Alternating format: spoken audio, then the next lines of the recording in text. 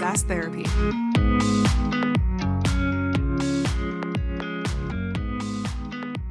Hello, everyone, and welcome to another episode of SaaS Therapy, the show where we help you save your most important business relationships, your customers. I'm your host, Todd Kirk. I am joined by the obscure but never obtuse Casey Trujillo. Whoa. Casey, welcome. Whoa. Yet again, Todd, I always have to look up your definitions of words because I'm not that smart to see if that was a compliment or an insult. But thank you, Todd. Glad to be here. I try. Well, the reason I gave you that is because today we have someone who is not so obscure, someone who's a little bit more distinguished than you, Casey. I am super pumped. So. Oh, so true. I'm super pumped to welcome Maria-Manning Chapman to the show. She is the Vice President of Education Services Research at TSIA, and we are so happy to be to have her on the show. Welcome, Maria, to SaaS Therapy. Thank you, Todd and Casey. It's a pleasure to be here. I look forward to our conversation. Well, a lot of people know you. Like at the TSIA conference, we try to get some of your time, and it was like a line for Costco pizza. It was out the door. You couldn't get there, right? Feels like you're seeing a celebrity. Seriously, it was. So we are so honored to have you on the show, and we want the audience. They know you for your great work. But we want to get the audience to know you a little bit better. So we play a game called Would You Rather. So you can only choose one of these options, Maria. And then you speak to why you chose what you chose. Okay. So here's your first question. Would you rather work on a learning management system that's designed for large corporations needing compliance and policy training, or one designed for startups focused on rapid skilled building and innovation? That's a good question. I would probably rather go with the small company option, startup option. Yeah, just because it sounds more flexible to me, and I like flexibility. And I think with a learning management system, that's one of the things you need is flexibility. And nothing against our large enterprises, but when I think of super large, entrenched kind of companies, it seems a little more cookie cutter and not as flexible. So I would probably lean towards the being able to color outside of the lines kind of option, which sounds more like the startup. Love it. Okay, this is my next question. Might be an epic fail, and Todd will laugh at me. So I did some LinkedIn stalking. So this is why my would you rather question is this. I got to preface it. And then if it falls on its face and you're like, Maria, you look at me like I have no idea what you're talking about. That's okay. We'll just skip this question. Would you rather design a learning management system that helps train a team of rescue puppies for therapy work, or one that provides advanced training for top-tier customer success teams? Oh, the first one, totally, because I am 100% a dog person. Okay, perfect. Yeah. Currently have 3 dogs. Have had as many as 4. So anything related to a dog, a puppy, anything that barks, I would take that option. So sign me up for the LMS where we're training rescue puppies. Yay. Awesome. Now, I think this one's going to stump you on this question because I know this is where a lot of your research comes into. So I'm so interested in what you're going to answer on this one. Would you rather focus on developing engaging LMS content that boosts learner retention, or streamline LMS analytics to give leaders deeper insights into their team's progress and skill gaps? Analytics. I knew it. Analytics. I knew it. I do research. I'm all about data. And Casey, that's like leading the witness here a little bit. Yeah. Not saying that creative content isn't definitely something to think about, but one of the biggest challenges I see for education organizations is being able to make informed business decisions based on the analytics. And very often, the input I get about why they don't have analytics is because my LMS can't do that. So while that's one reason, the larger problem is the lack of access to other systems in the company where other data resides in order to start looking at correlations between training content and business outcomes. And that lack of integration of an LMS to other systems such as the CRM, the financial systems, etc., makes it really hard for education organizations to demonstrate value. And that's something I'm asked about all the time. How can we demonstrate value? How can we show that we make a difference? Well, you need data. Maria, that's we why already got started, Todd. Good I know. gracious, That's why I'm so punched excited us for in this the face. conversation. It's true. It's true. Maria, that's why I'm so pumped for this conversation, because it's something that I hear all the time too, is that so many organizations have a disconnect, and they it's like they know they're measuring the wrong things, but they've just kind of settled because it's the only thing they can get, right? And you said something earlier that I loved, which is like, hey, I don't want to disparage the big organization, but your LMS is like really inflexible, and, you know, sorry, like, I don't want to go do that. You know, it's interesting because the way you and I first came in contact was because one of my contacts that works in customer education had read an article from you about why everyone hates their LMS. Well, I don't think that's exactly what you said. Your article is probably something more like why no one likes their LMS. Yes. But I'll go far enough to say why everyone hates it. And I'm curious to get your take. I mean, the LMS has kind of become a bad word in the customer education space. And what do you think it is that is, I mean, we've already mentioned the fact that it's disconnected from the data that matters, but what are some of the other reasons why you think people have such a hard time with their LMS today? Because they wanted to do something it wasn't designed to do.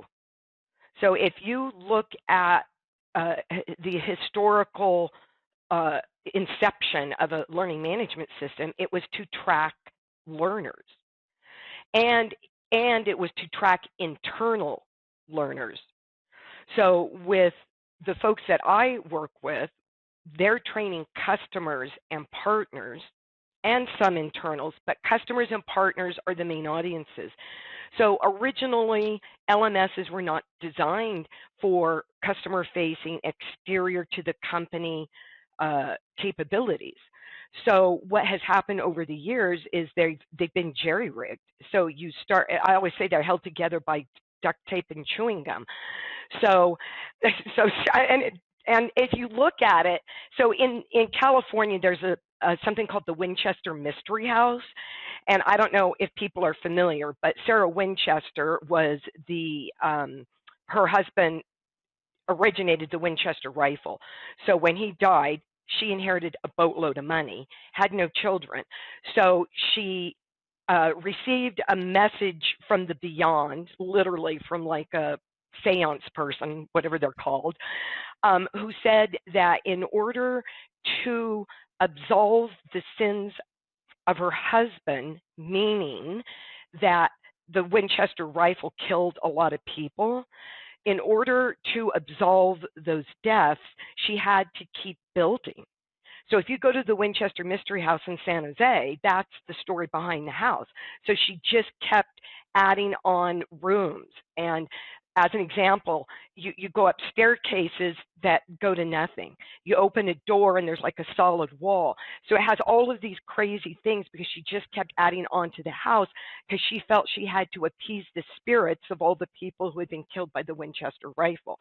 Well, that's the LMS, is people just keep adding on to it. So they started with the original functionality was let's track learners. Right? We have SCORM compliant e-learning, and now we're going to track who's doing what. And that was the original purpose of a learning management system. And things have evolved, not just based on customer training, but just training in general. Yeah. And so as it evolved, as an example, now you need the platform to have e-commerce capability. So, well, let me add that on. Well, now we're worried about learner experience and how can we personalize the learning a little bit more and serve up maybe a learning path that is, you know, somewhat customized to an individual. Well, let me add that to my LMS. Oh, and we need to manage content because the LMS is now hosting all of my online content. So now let's make it a content management system too, and a content authoring tool, and. So people keep adding things onto it, and it gets beyond what the original purpose of an LMS is. If people used it for its original purpose, it would be fine. And that's the report that you mentioned, Todd. Why does nobody say, I love my LMS? It's because they're asking it to do content management. They're asking it to be a learning experience platform. They're asking it to track learners. They're asking for data. And it wasn't designed to do that. So in a perfect world, you'd have all of those systems integrated. So you would have a learning experience platform, you'd have a content management system, and you'd have a learning management system that are all integrated so that you can get the functionality that you want. But that's not the approach that's been taken. Instead, it's been, let's just add this to something that's, you know, kind of like the Winchester Mystery House, just a bunch of rooms. And, you know, maybe you get what you need and maybe you don't. That is probably the best definition I've ever heard in my life. That was fantastic. Thank you. And I believe if I'm in, Todd and I always try to say, okay, one, this is therapy for us. That's why we do it. But two, we always try to put our shoes in our listeners. So I can imagine there's a listener driving right now. They're listening to this and they're saying, well, who is this lady saying all this information? What does she know? So I want you to do two things. One, Maria, if you would maybe give a background around TSIA, what it is for people that aren't familiar with it, and what your job is and what you do. And then number two, I always teach this to my kids, is you need to take 100% responsibility in your life, 100% accountability. You can't blame other things. So I'd also like you to, after you've explained what TSIA is and what your role is there, would you mind explaining, though, where might me as an individual, where I might be falling short in customer education? We talked about the platform that they're using, but what are maybe some concepts or some theories I'm holding on to as someone in customer education that I need to look inward also? So if you wouldn't mind doing that, what TSIA is all about, and then where is that person in customer education, maybe where they might need to rethink what they're going after and what they think the main objectives are? Okay.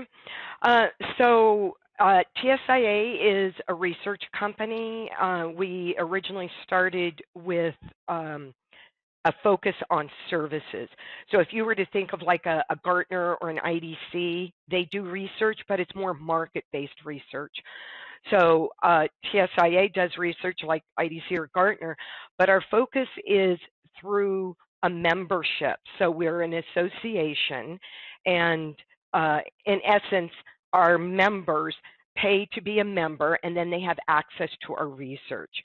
So currently we have, I think there's 10 research areas.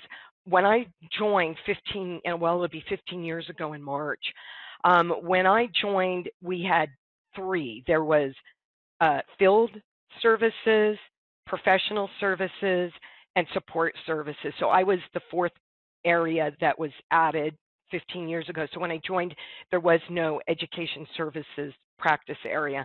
So built that up, you know, from literally the ground up. And so that added the 4th area, and then we've added numerous ones since then. Background-wise, I did what my members are doing now. So I used to manage education services organizations. So going back in the time machine, you know, started as a trainer, developed content, you know, moved into education services management. So I approach what I do from both a practitioner standpoint, having done it, although, like I said, I've been with TSIA 15 years, so it's been 15 years since I've been hands-on.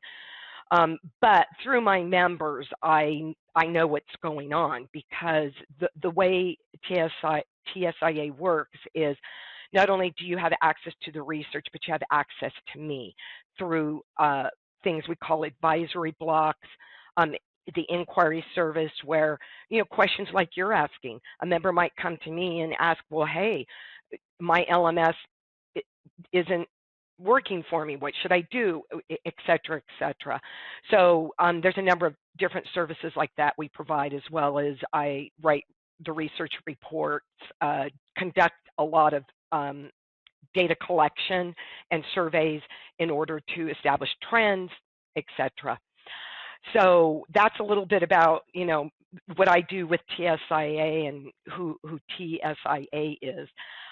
Regarding education organizations, what I would say I see is this disconnect between what they say their objective is and what the practices are that they should have in place but don't.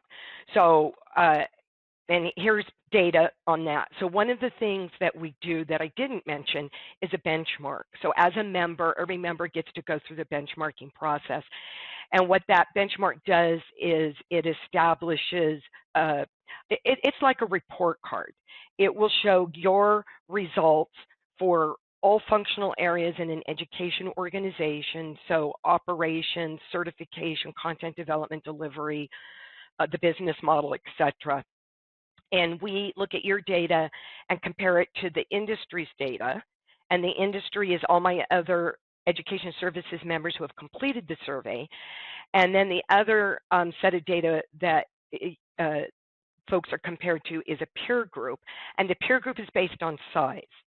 So size of the company, not education organization. So through the benchmark, that's where a lot of my data and information comes from. And one of the questions in that benchmark, and it has been a question in the benchmark for the entire 15 years that I've been managing the benchmark, we ask, what is the primary objective of your education organization? And there's 4 or 5 choices. So the 5 choices, if I can remember, is to drive product adoption, to drive education services revenue, customer satisfaction, market share for the company, and the last one would be education services profitability. So until 2020, the number one objective was to drive education services revenue. And then in 2020 really is the inflection point where everybody is getting on the X as a service bandwagon. And if you're on that bandwagon, then what you're going to say is, oh, we're driving product adoption. And so about 56% of folks who have completed the benchmark say that product adoption is their primary objective. And then second to that is revenue, and then all of the others. But the practices they have in place are not the practices that need to be in place to drive product adoption. So many of the things that they need to do, like collecting data, because how are you going to know you're driving product adoption if you're not collecting the data to show it? So that's where it starts falling apart. It's what I call lip service. The lip service is, oh, our objective is to drive product adoption.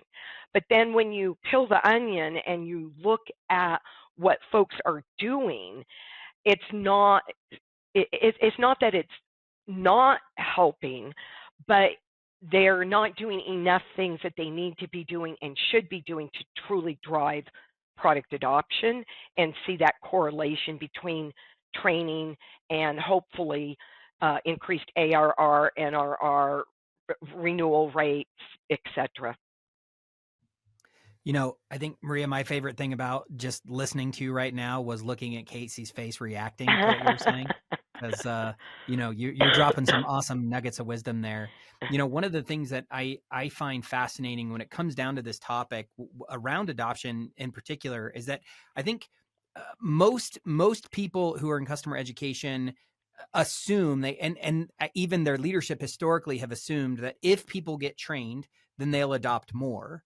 And I think there is I believe that we all kind of just believe that if we train them, the likelihood of them using the product goes up higher. But there's, to your point about the fact that they can't connect to that, a lot of organizations aren't even trying. But what's worse is, I think, one of the things that I've noticed, so we just did a very unscientific survey because we're not a research company. We have a community of people that we in customer education that we meet with monthly, and we asked all of the people that we had attending our last kind of community call, had them do a survey, and 80% of them said they couldn't tell you what percentage of their overall user base had even accessed training. So like what we tend to do is we actually measure how well did the people we did reach actually go through training, Right. and that's it. But what's like, well, yeah, but what percentage of your overall user base is that? And in my experience, it's usually well under 15% all time. And in any given year or like actual initiative, you're reaching less than 5% of your actual user base. And I don't know if you have seen similar numbers to that, but that's the kind of the numbers that I hear on a regular basis to customer education pros that I talk to.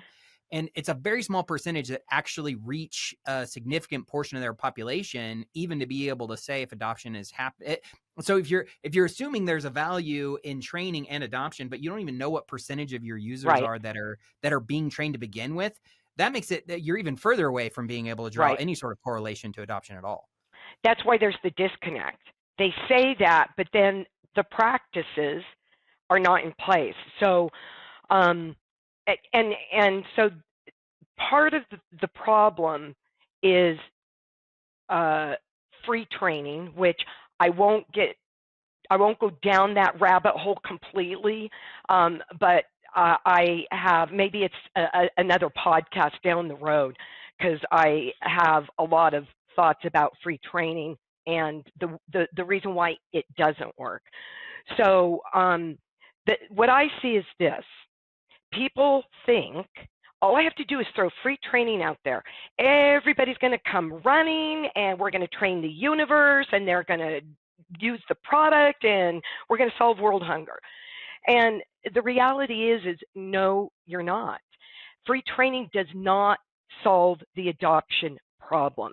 We know from the data, and to your point, Todd, the consumption is low. So this is what I always say. There's two problems. Number one is getting training into the hands of customers. That's problem number one. The second problem, and so people think giving away free training is going to solve the first problem, and it doesn't, but that's the misconception. And then the second problem is, once training is in a customer's hands, they need to consume it. Because if people are not consuming training, then you are doing nothing to drive product adoption. And to your point, you need to understand a few metrics. One of them is what we call the install base penetration rate, which is what you had mentioned, Todd. So of all the companies who have bought your product, what percentage of those companies have consumed training?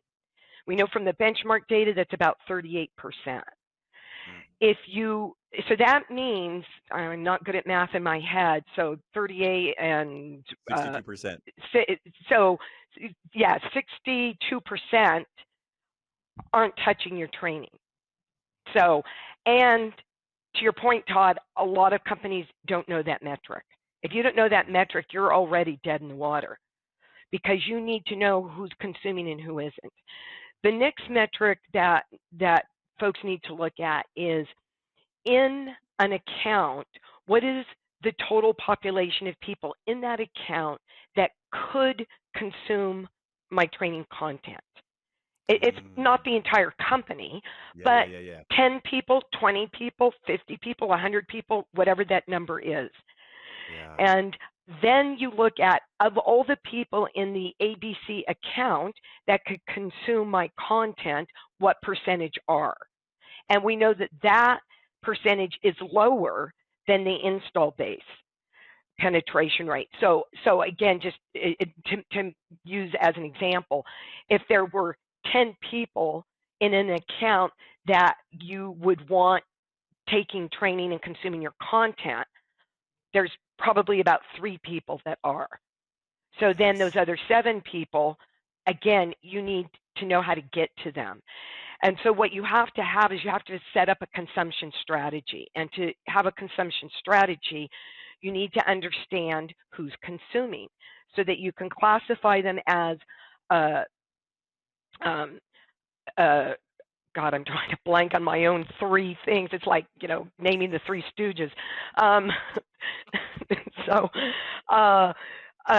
active, that's the word I was trying to think. Active consumer, under consumer, non-consumer.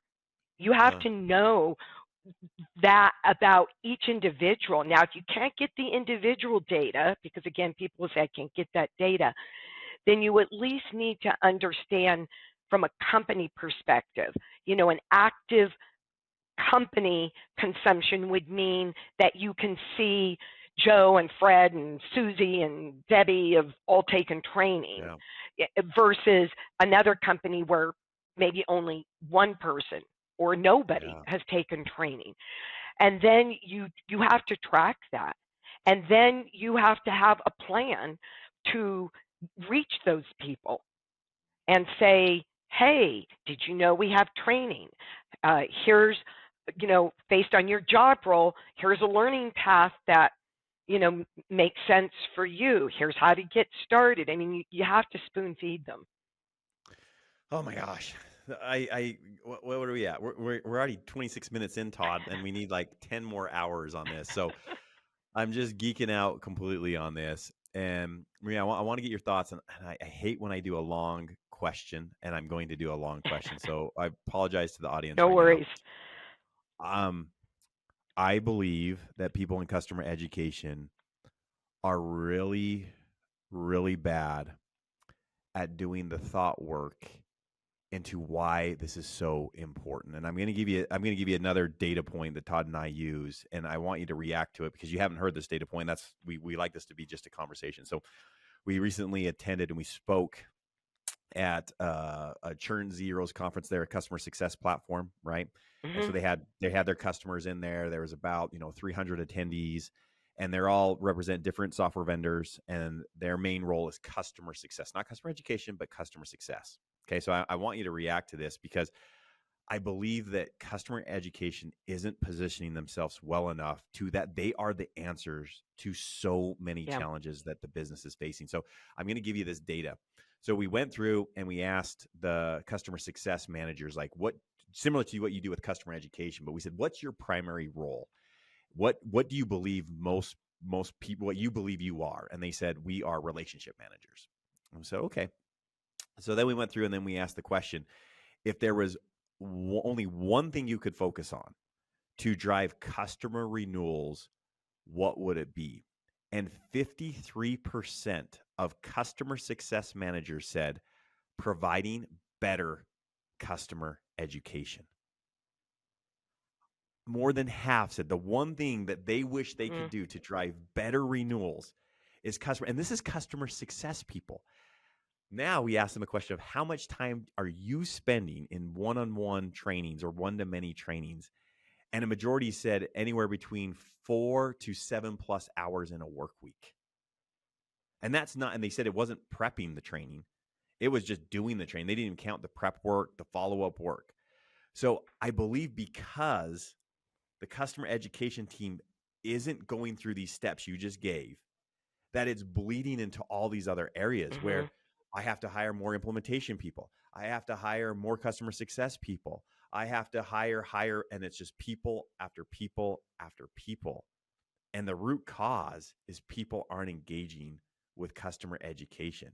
And if you could find you did a piece on this where you said, okay, support services is one-to-one, professional services one-to-few, e-learning, digital learning is one-to-many and the most cost-effective, right?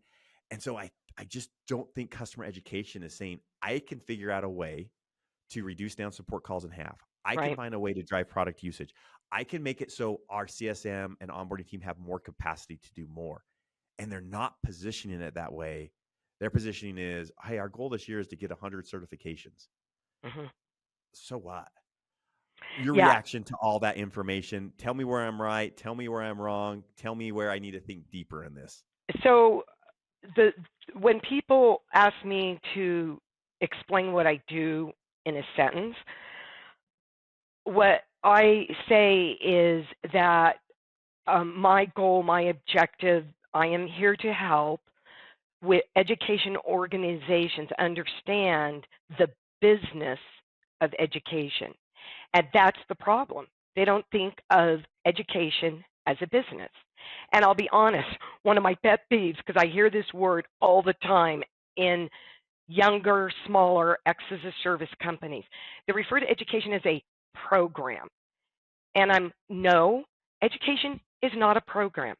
Education is a functional business unit. You have a product. That product is content. That content has value in the marketplace. You are a line of business.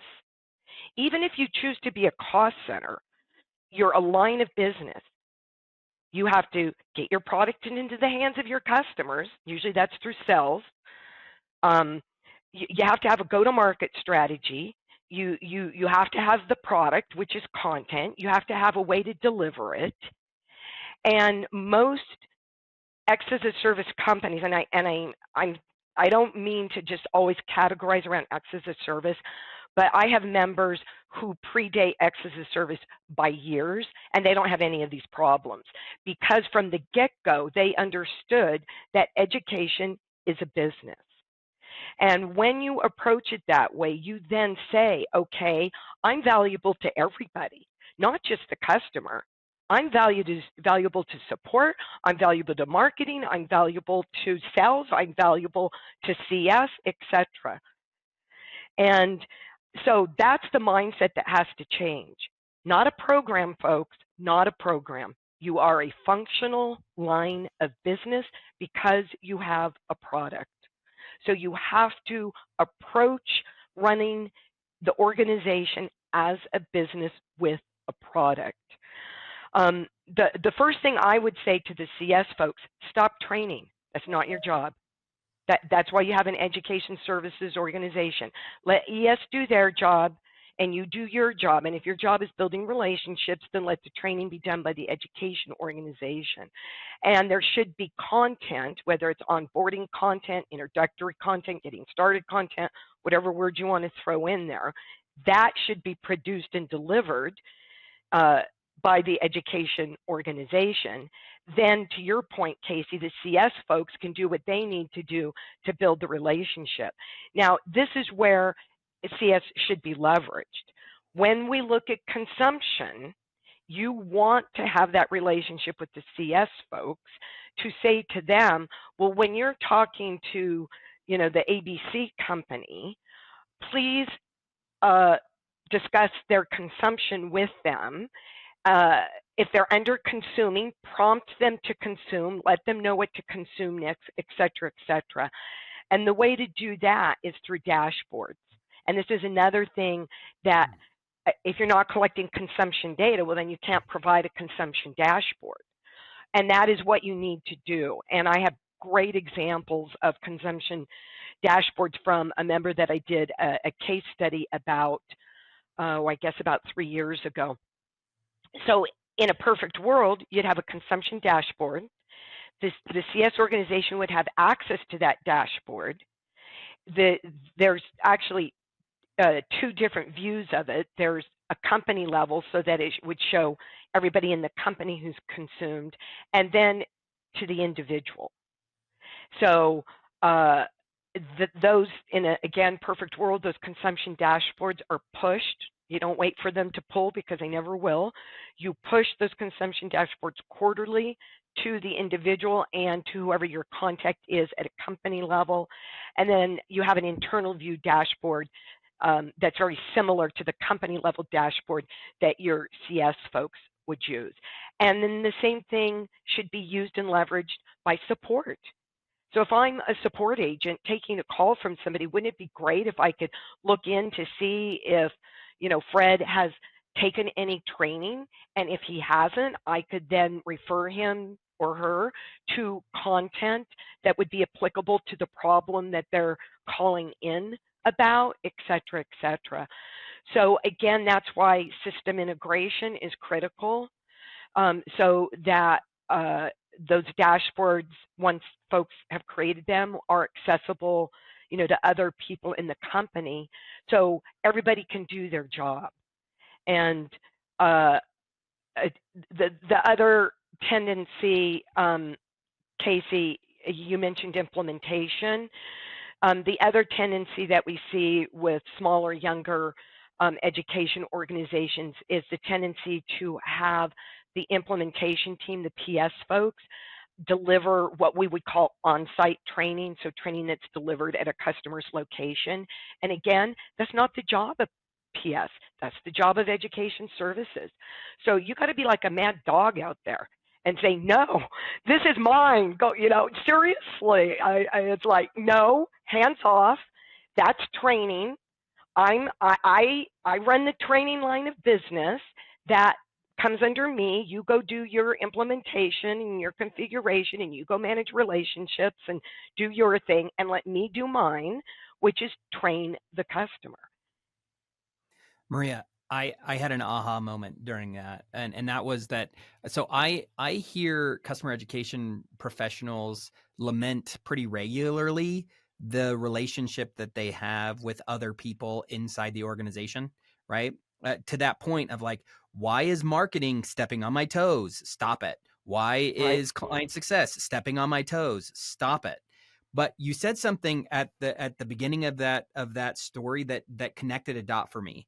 And I think that the reason why so many customer education professionals have a bad relationship with people stepping on their toes is that they don't think of their role as a product. They think of it as a program. So that there's a connection to that, right? When you see your job as a program, then nobody respects your authority to actually deliver a business value product to the customer. And so for me, that was a big aha moment during that, because I think it's so prevalent where I just hear people just like, I mean, sometimes I feel like I'm the therapist talking to someone. They're just like, man, why does CS never, they don't think about this right. They won't share data with me. They won't help me. They won't, they're going and duplicating what we're doing. And well, yeah, okay. Well, maybe you need to look internally and see, are you running a program or are you running a product in a business unit? Exactly. How are you positioning it? And I'll tell you, every time somebody uses the word program, I literally stop them. No, it's not a program. It's not. Now, you can have programs within the function, like you might have a certification program, but education services in and of itself, not a program, a functional line of business. And that starts with realizing, again, education organizations have a product. It's IP. It's IP, and people want that. And so and as to that point, other organizations are going to say, "Oh, give me this, give me that, give me." No, I own the product. I'm the product developer. I'm the product manager. I'm the go-to-market. So I can help you. I can share things with you. But if you're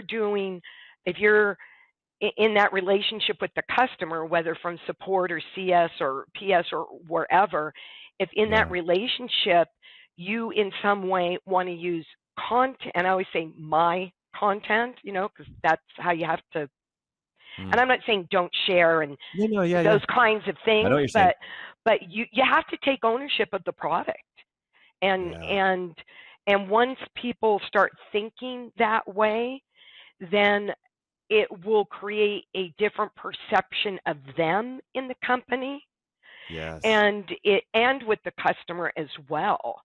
And then hopefully you start getting more of the synergies that you're looking for, rather than feeling like the disrespected stepchild, which is, how educational organizations, often describe themselves. Oh, we're the stepchild. So you got to take control of that and say, okay, what do I need to do to position this in a way that if I position as a business, that's going to resonate and have more value than, oh, it's a program. A program's expendable. I can get rid of a program.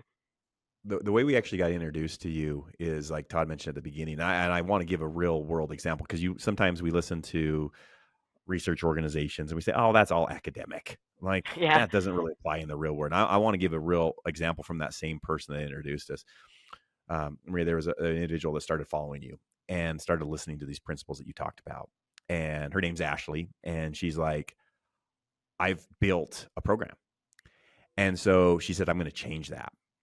And so she went and surveyed her customers and said, okay, what do you want out of customer education? What are you looking for? And she did survey, she grabbed the information, and then she went and found a system that would do what you've been talking about and Right. what the customer wanted, which is what you were talking about.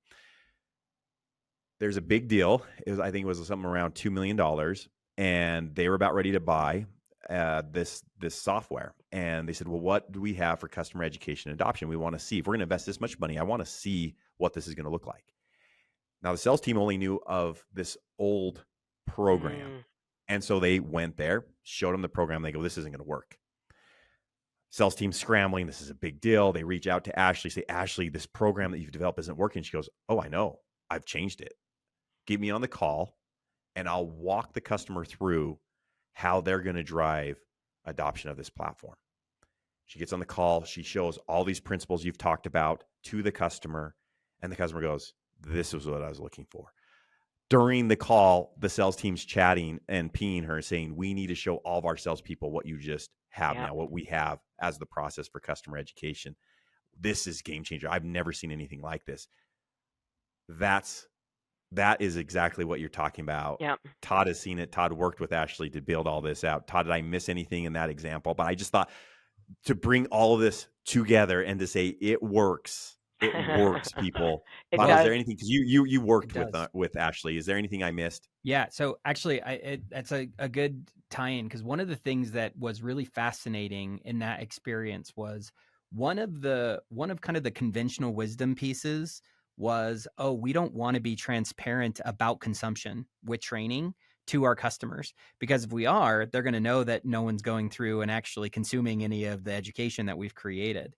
And part of what she illustrated, I love your point, Maria, of like having dashboards, having visibility, and sharing that, like not just you looking at that, but making sure the rest of the business understands that. Yeah. And in her case, she went all the way through and said, I'm going to provide visibility to the customer. Because what that does is it takes the champion internally, the person who's invested in making it happen. And now they're like, wow, there's this great opportunity and we're leaving it on the shelf. And so for her, a big part of it was actually opening up visibility into consumption to the actual end customer as well. So it's really amazing when you think about a lot of what you're saying and the differences that you can make. And I think, a lot of times we have these conversations, and I hope people don't listen to this and just feel so sad, like, man, we're doing it all wrong. I see it as like, do you not see how big an opportunity is in front of you? Absolutely. Right? Like there is a massive opportunity if you are willing to change your mindset. Yeah, for sure. Being just a lifelong educator, and somebody who a lifelong educator as well as a lifelong learner. To the point you made in the beginning, Todd, is intuitively we would all say, yeah, sure, it makes sense. Somebody who's trained and understands how to use the product is going to use it more, is going to use it better, etc.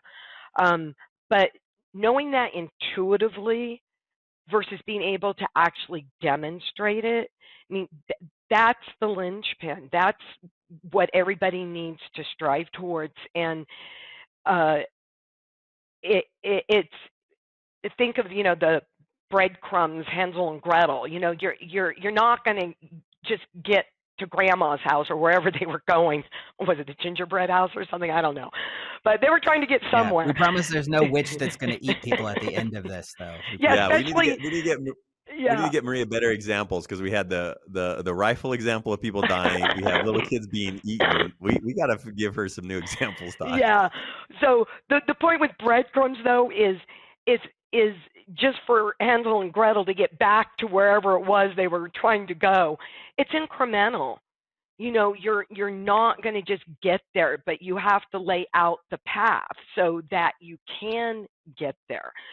And I know for folks who are maybe not doing these things yet, it probably sounds really overwhelming, but you just have to start. That's the thing. You just have to start. You just have to take that first step. And and the first step is beginning, like I said, to change that mindset. If folks are thinking of education as a program, get out of that mindset. Start saying, nope, we're a business. We have a product. Our product is content. Our content has value in the marketplace, and that's verbal. That doesn't take. That's a mindset. That's easier to change than having to change systems, or having to hire new resources, or whatever it is. That's fundamentally where you begin. And then, to the point you made, Casey, about sales wasn't even aware of, oh, gee, it looks like this now instead of that. That's the second thing is, okay, you got to toot your own horn and get out there and advertise. You have to do sales enablement. You have to, get on a webinar with the sales team and say, okay, here's how you position us. You don't do it like this anymore. You do it like this. Here's why you do it this way. Here's how you do it. Here's et cetera, so that they then have the words and the story to tell, so that they can position along with product. And here's why you're going to want training to go with that product, et cetera. And then do the same thing with marketing, and so on and so on. And and that'll all be a step at a time. But it's like anything, if you can build that one success, then that leads to the next success, and so on and so on. And then then behind the scenes, it's taking a look at, okay, what is your content? Do you have the right content? Is it role-based content? How are you getting content to customers? How are you delivering it? Is that on a platform and through an instructor, either virtually or in person, although in person isn't as at the levels it was prior to COVID. But then you can start backing into, okay, what do we need to do? Because the next problem is going to be scaling. So then how are we going to scale? If all we're responsible for now is e-learning or anything that's online, and anything else is done by the implementation team or the CS team or the whoever team, then you have to start looking at, okay, we want to get to instructor-led training and other service offers.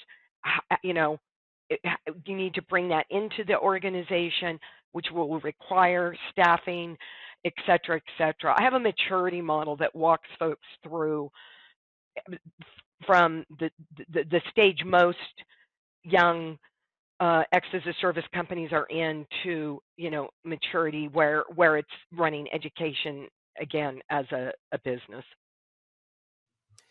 Maria, this has been wonderful. And, I love these kind of conversations because they just always get me so excited about the future and what we can do to make things better. Casey and I like to view this as a therapy session. He mentioned that at the start for us. This is therapy for us. And as a therapist, if you were to run a good therapy session, what's the last thing you always do? You send your patient off with some homework. And you've mentioned some great things about changing your mindset from program to product, and learning the business, being more confident in who you are as an education professional. But if you could give one actionable piece of advice as homework for our audience today, that'll be our last question, by the way. So what would be your homework assignment for our audience? Start tracking consumption. Because if you don't understand the dynamics of consumption, then if ultimately, again, you're trying to drive product adoption, you are never going to influence that outcome if you don't understand who's consuming, who isn't, and what do you need to do to prompt them to consume. Yes. So Yes. if there's three sets of metrics or classifications that I talk about. So there's operational metrics, consumption metrics and impact metrics. Operational metrics are just the day-to-day things. You're like, how many people registered for a course? Who signed up for an on-site, whatever it is. It's just, instructor, well, that's the other things to look at is like instructor utilization, time to develop content, cost to develop content. Those are operational metrics. The consumption metrics are what we talked about around install base penetration rate, the account-based penetration rate, and then understanding at an individual level what people are consuming. If you have the operational metrics and the consumption metrics, then you can look at the impact metrics. And the impact metrics is the gold that everybody's looking for. What's the impact of training on fill in the blank? And to do that, you have to understand consumption. And what you look at is, what does somebody who's trained, what's their product buying behavior, a company that's had X number of people trained versus a company that hasn't. And so consumption is really the key element. Who's consuming, who isn't. And to find more, awesome. TSIA.com, follow you on LinkedIn, any other places where they can find more information about you? Those would be the best. Like you just said, there's actually the better place to go. It's called portal.tsia.com, because then that takes you to our portal. We have some research that is available to non-members, so folks can kind of poke around and get an idea of what some of the research looks like. And then, yes, through LinkedIn, feel free to ping me for, I don't know, being my friend or whatever the terminology is. Feel free to ping me. Send a picture of a puppy, then ask your question. There you go. There you go. That's for sure. Maria, wonderful. Thank you so much for joining us today, and we better let you get out of here. So thanks for joining us. Thank you for having me. It's been a pleasure. SaaS Therapy is brought to you by Brainstorm, the SaaS platform for SaaS adoption. Learn more at brainstorminc.com.